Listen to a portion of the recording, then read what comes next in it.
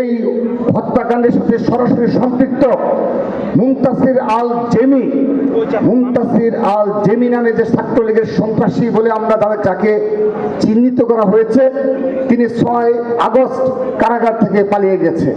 আজকের দিন পর্যন্ত তাকে গ্রেপ্তার করতে সক্ষম হয়নি। আবরার ফায়াজের ভাই, পরিবার এবং ছাত্রদলের পক্ষ থেকে আমরা গভীর উদ্বেগ জানিয়েছি। 1 বছরের অধিক সময় অতিবাহিত হয়েছে, কিন্তু সেই মৃত্যুদণ্ডের প্রাপ্ত আসামিকে আজকের দিন পর্যন্ত গ্রেপ্তার করতে সক্ষম হয়নি। উপরন্তু তাদেরকে বাঁচানোর জন্য ছাত্র শিবিরের সাবেক সভাপতি শিশির মনির সরাসরি ভূমিকা পালন করছে এবং এই মৃত্যুদণ্ডাদেশ যেন কার্যকর না হয় সেজন্য তিনি ভূমিকা পালন করছে বলে ইতিমধ্যে প্রতীয়মান হয়েছে।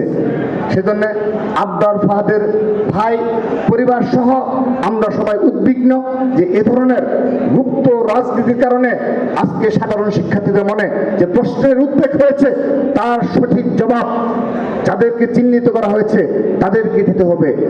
যাদের দিকে আঙ্গুল তোলা হয়েছে তাদেরকে এই জবাব ভবিষ্যতে দিতে হবে।